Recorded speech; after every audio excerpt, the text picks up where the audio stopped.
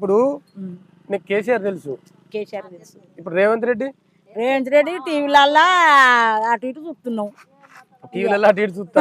మరిగా మేమైతే పోతాం ఆ మీటింగ్లకు. ఇప్పుడు కేసీఆర్ ఉన్నప్పుడు ఎట్లా అనిపించింది, రేవంత్ రెడ్డి వచ్చినాక ఎట్లా అనిపించింది? కేసీఆర్ ఉన్నప్పుడే మంచిగా అనిపించింది. కేసీఆర్ ఉన్నప్పుడు ఊరే బత్తాలు దొరికినాయి. అరే యూరియా ఇబ్బంది అవుతుంది. ఊరే దొరికినాయి. ఉన్నావా అంటే ఇల్లు లేదు, పని వంట మంచం లేదు. మాకు ఇందిరా మిల్లు మాకు ఇస్తలేరు. కేసీఆర్ ఉన్నప్పుడు మంచిగా ఉండే. మా అంటే ఫ్రీ బస్ పెట్టి కానీ అప్పుడు 1000 రూపాయలు పెట్టుకొని కైకి పోలేదా? అది గవర్నమెంట్ వాళ్ళకి మంచిగా మేము ఏడాదికి ఒకసారి వసూలు చేసుకుంటాం. ఇలా పోతాం, మళ్ళీ ఏడాది ఫంక్షన్ పడితే పోతాం, లేకపోతే కైకి చేసుకోండు. చాలా మంది ఎక్కిపోతారు హన్మకొండకు, కరీంనగర్. ఏ పోతారు, మేము పోం కదా సార్. మాకు వ్యవసాయం ఏం లేదు. ఏమున్నది? రేవంత్ రెడ్డి మాకు ఏం మంచిగా చేసిండు. యూరియా బత్తాలని చెప్పి యూరియా బత్తాలు నేను పోతారని కొట్టిర్రు. లైట్ పడితే ఊరిని కొట్టిల్లు. మరి ఏం చేస్తాం అప్పుడు? అంటే ఇప్పుడు యాప్ పెట్టింది. యాప్ పెట్టాలి. ఎక్కడ రాలే మాకు సెల్లో బుక్ చేసుకుంటే 2 ఇస్తారట. 2 1 బుక్స్ చేసినాం. ఉన్నాయి. నా బిడ్డ కుదినా కొడుకు చదువు రాదు, శాస్త్రం రాదు. మాట్లాడతా. నీకెట్లా బుక్ చేస్తారు?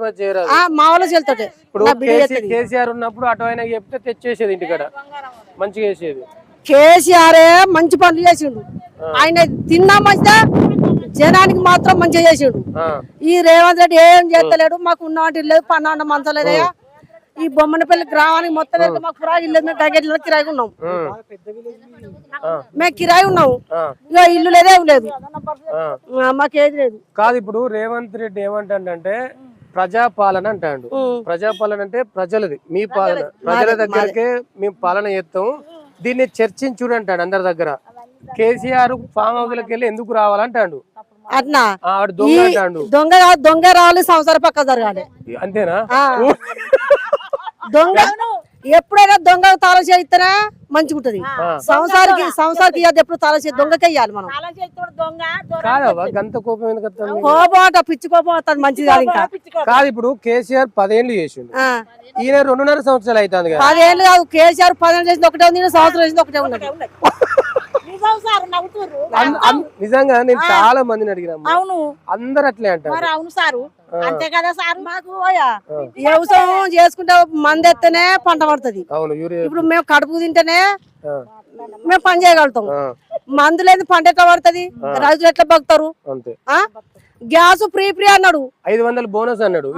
లేదు 1050 గ్యాస్ కట్టపోయే ఊది కళ్ళు పాడైపోతాను. మీకు 2500 ఇస్తాడు మహిళలకు. 2500 నెలకు 2000 ఎత్తింది. లేదు కాదు, మీ మహిళలందరినీ కోటీశ్వర్లు అని చెప్తా అంటాడు.